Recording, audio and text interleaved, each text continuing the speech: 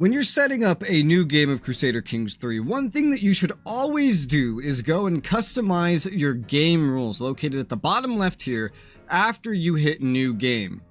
Here you'll have an option of many options when it comes to how your game is going to work. It's a lot to take in, there's a lot of options, but we're going to go over every single one of these starting all the way at the top here. The achievements marker will just tell you if what you have chosen is compatible with achievements. If you don't care about achievements, then this really doesn't matter. You can enable or disable Iron Man. This is automatic saving upon exit. Iron Man is usually used as a tool to prevent the urge to save scum. However, it can also cause problems if you run into bugs. You cannot reload and come back. That can be very problematic. I know in my first PvP, we ran into a bug where my armies were no longer summonable. They were permanently bugged, and if I had Iron Man on, that would have been it. That would have been the end of the playthrough right there. So use this as you please. Be careful with it. It's definitely a more hardcore option. With these settings, you can save presets and then select them, load them. You can even narrow down all the game rules down here into these different categories, so you don't have to look at all of them at once, but again, we're gonna go just linearly. Difficulty, this is probably the most self-evident one. There are different difficulties. If you lower the difficulty, the game gets very unhappy with you and disables achievements. It will give you significant bonuses. Unfortunately, it doesn't show you the direct bonuses here, but it's standard affair. Basically, things with a modifier will go more in your favor, so you'll get less stress. Hostile schemes will perform worse against you. You'll perform better in generally every aspect. And then otherwise, the hardest one it lets me select here is normal, where there's no AI cheats mode, which is surprising, but that's how this game chooses to do it. So the next one is Exclave Independence. And now, so what this means is that let's say you have a realm. For example, this right here. This is a realm. Now, let's say you inherit land. Let's say you acquire this right here. Well, that works fine. That expands your realm. You can reach it by sea. Let's say you inherit this little thing right here. You can reach that by land. That works great. But what happens if you inherit a county from a family member in another nation and it's in here? You can't reach that. How do you control that? Well, that's kind of what this tries to solve.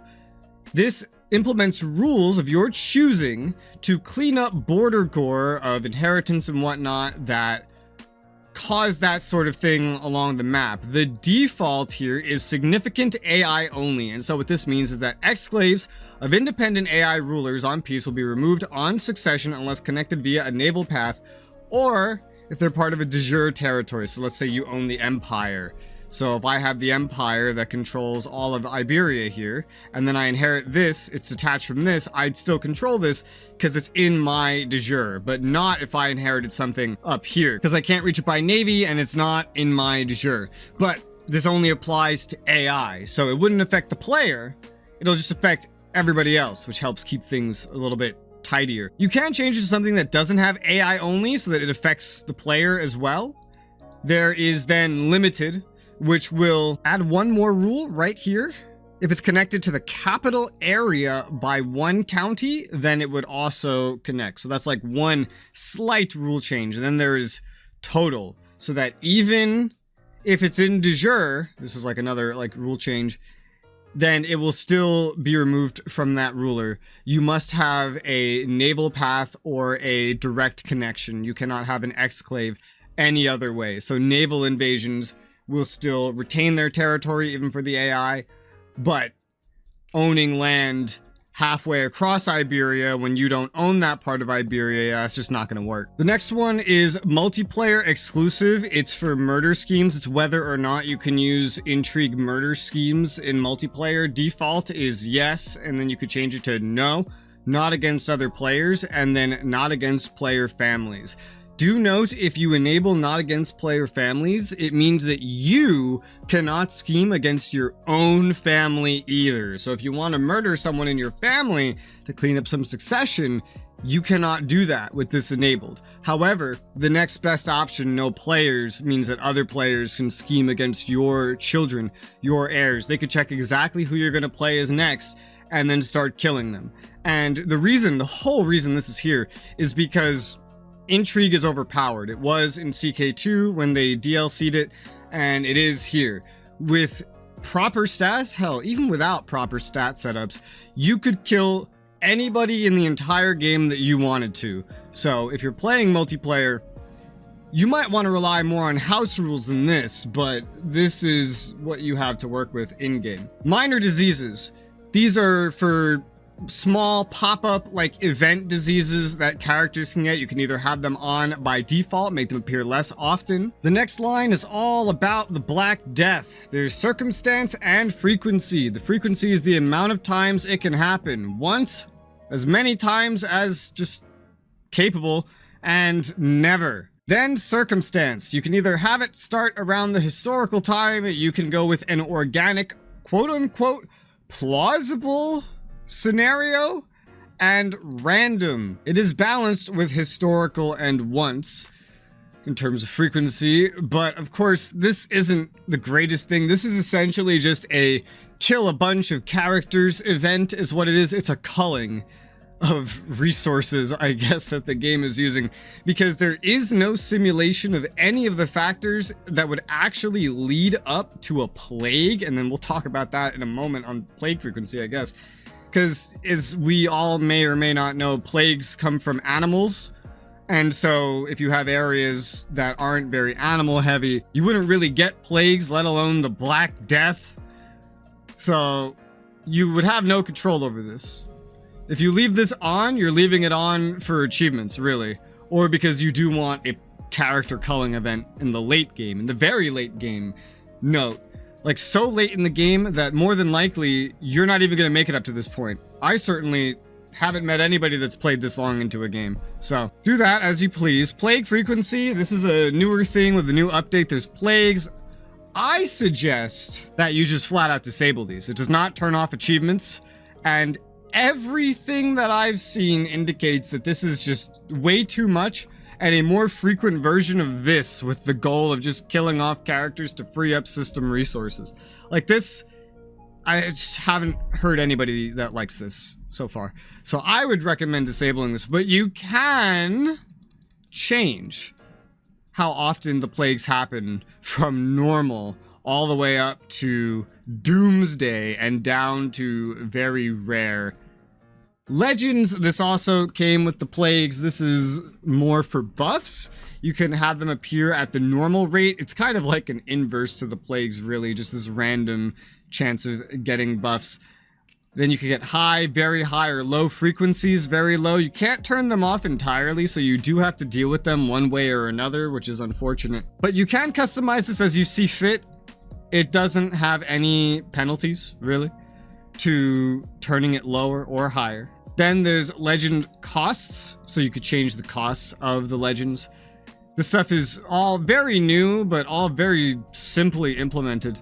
Matrilineal marriages, this is when you have a marriage where it kind of goes to the woman instead, in the woman's dynasty. The kid comes out as the dynasty of her or his mother instead of the father, and there's just default setting. All characters will arrange matrilineal marriages if they belong to the player's close family or a reputable dynasty or an equal realm or are strong rulers. Female dominated realms default to matrilineal. This is kind of the most historical possible thing, or even opportunistic. This is the one that makes the most sense. You could change it to default, no player exception, if you don't want yourself to be able to gamify what matrilineal marriages you could get as much, so the AI will interact with you more historically. Matrilineal marriages can also be set to always, so it's just they always do matrilineal. This is a great way to just mess up the entire world. And then inversely, past female dominated and equal, which is like a lesser version of always. You have never, where they will never arrange matrilineal marriages unless part of a female dominated realm. This allows for a more rigid and strict rule set. There are gender equality rules, which is just so strange, but here we have them. Default is just exactly what you'd expect from history. Then there's equal, which is if you want to give women just the same political power and whatnot. And this is regardless of gender. It disables achievements because this completely fucks with the balancing of the game. You can invert it which is still a little balance changing, but they give you achievements for it. I would really just recommend default. It is what the game is balanced for. And all these other ones, realistically, these just exist to please Californians who are probably not even playing this game to begin with. Realm stability. This refers to factions, which are collections of characters and populations on the map that could come together to either try to accomplish certain goals, like lowering your crown authority, or getting you out of power, or rebelling, depending. And this is just the default sort of difficulty setting for that. You can make it so that overall the realms of the lands will have higher stability, you'll have less factions rising, there's a more extreme variant of that, and then there's a lesser variant of that. None of these affect achievements. Default, of course, is the most balanced thing. Hybrid cultures. Let's just cover all 4 of these at once. Hybrid cultures are where you take 2 cultures and merge them together to get a new culture that inherits all like the tech and whatnot of those 2 cultures and is sort of like a mixture of it in terms of its ethos. You could customize its frequency of happening from AI, even setting it so that AI will never use it. And you can even set restrictions to make them happen more. And then divergent cultures are where you take your own culture and you form a new culture out of it. It's different from a hybrid culture that there's no other cultures involved in this decision. And there's different settings for this. You either have default, relaxed, or none. Less common once again. There are cooldowns for both of these. So cultures can only diverge after having existed for 100 years by default and hybridize after 50 years, meaning by default it is easier to make a hybrid culture than simply to diverge your own into something new. You can slow that down if you don't want it to happen quite as much. You could even set no cooldown, so it happens all the time. This is really balancing breaking, which is why it has no achievements. It's because if you have it like this, then anyone can just do this repeatedly in order to inherit any new tech that they see on the map. Or, well, in their own lands, anyway. And you could speed it up. They'll let you speed it up. At least like doubling the speed of it. Moving down to regional heresies. It's outbreaks of heresies. Basically, they'll take all the religion in one location or a couple and then change them based on historical events. And by default, they're more likely to be historical. I've seen a couple of these so far in my playtime, maybe just really a couple, honestly. You can make them strict so that it's really just only historical, or you can relax it so that it's not as historical. It could be more ahistorical, but they're always going to happen no matter what. It's just up to if you want a more historical or less historical experience, or the default balanced one. Any of these really works. I don't have a preference. Mongol invasion. By default, the Mongols will invade around the year 1200. You can set them to never invade, though that will turn off achievements. You can set them to invade at a random date, which is very dangerous. Now, this is the one instance where I would recommend not, like the biggest one, where I would recommend not using default if you can help it. I don't mean to make it random. I mean to set it to never. You will lose achievements, so if you want achievements, obviously you won't do this. But the Mongol Casus belli is just so broken. If they declare war on one of your holdings, for example, they can get all of your holdings by winning that war. Their armies start out massive and unrealistic for what everybody else could possibly contend with, and they could teleport them around the map at will. A player can do this as well. Overall, this is an extremely unbalanced thing that is probably just an attempt to brute force massive player empires late in the game to die and sort of reset the map a bit and change the eastern half of it like forever. That's really what this seems to be in CK3. It's much different than it was in CK2. Very, very unbalanced, very broken, very OP. I would suggest playing with never if you don't care about achievements. Next, we have random harm. These are random events that will cause either traits or health conditions, or they could even kill you. Dangerous is the default. You can have the illusion of safety to make random death or disabling events rarer, and it goes in both directions, of course. You can have safety, just complete safety as well, or you can even go the opposite direction, just have characters dying left and right.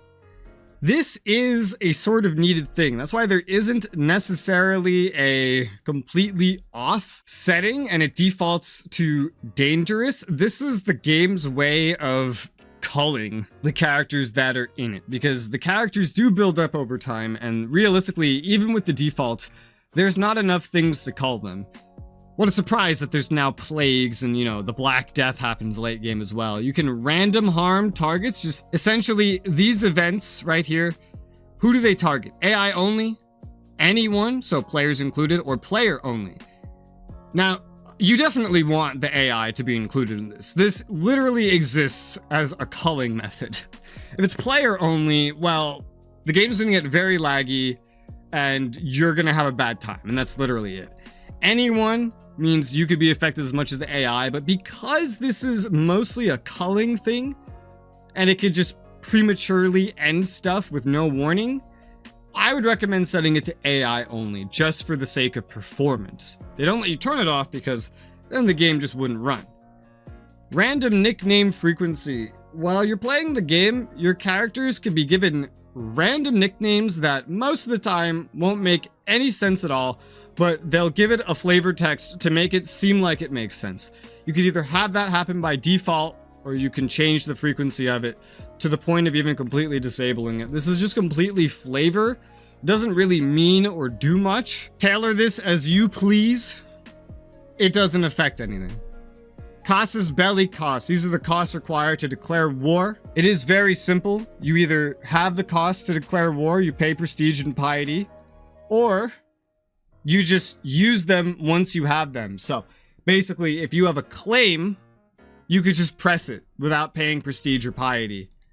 And if you have it on default, then you do have to pay prestige or piety. This is somewhat important because if you declare a holy war, for example, that costs piety, meaning you need to be a little pious to be able to claim a holy war. You know, that makes some sense, right? The world would certainly be a much more dangerous place if there were no costs involved, hence why achievements are off, because that would just be ridiculous. Next, conversion for culture and faith. This is pretty simple.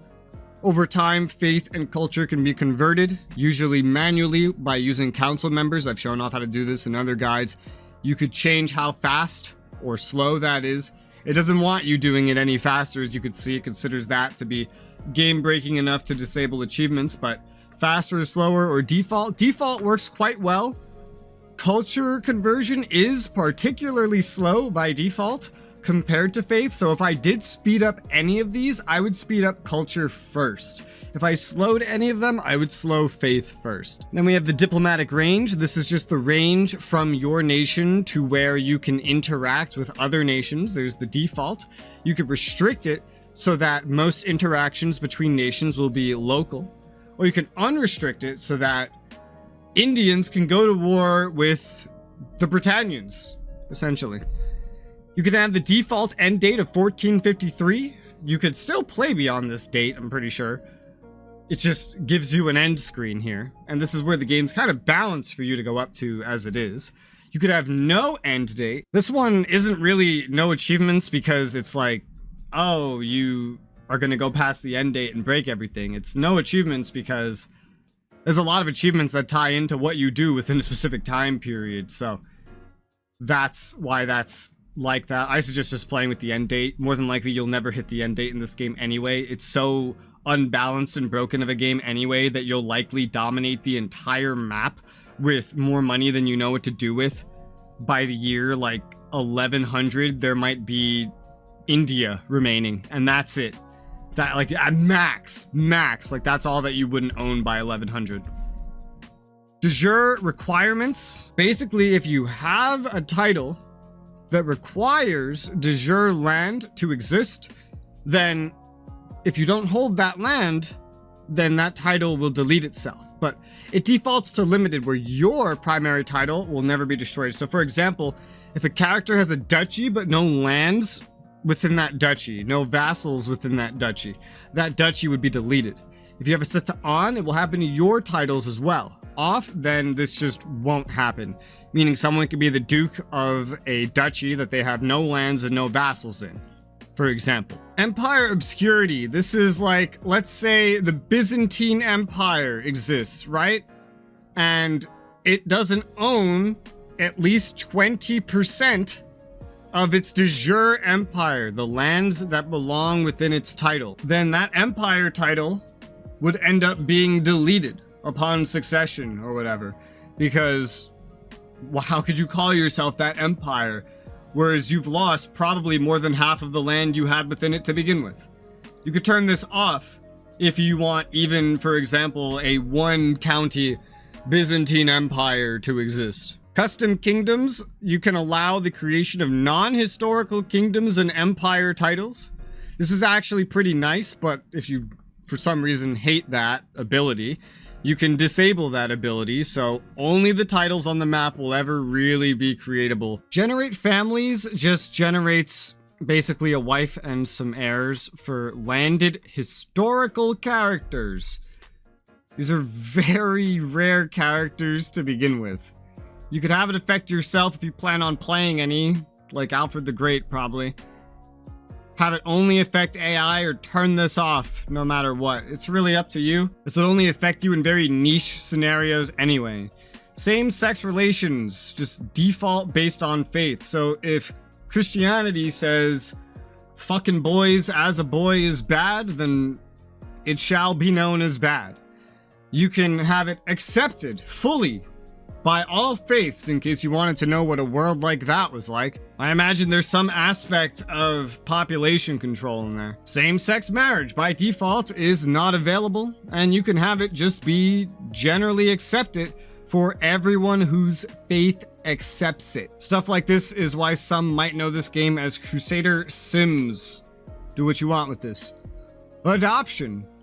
Default, it has to be unlocked by certain traits, cultural traditions, or fertility / whether or not you have children status, or by being gay. You can always just always allow it, or forbid it completely. In terms of realism, you'd really just want to like always allow it, but they disable that because then you could mess with it to prop up your dynasty and whatnot more, but the game is definitely balanced for the default setting. Go with always allowed if you want more realism.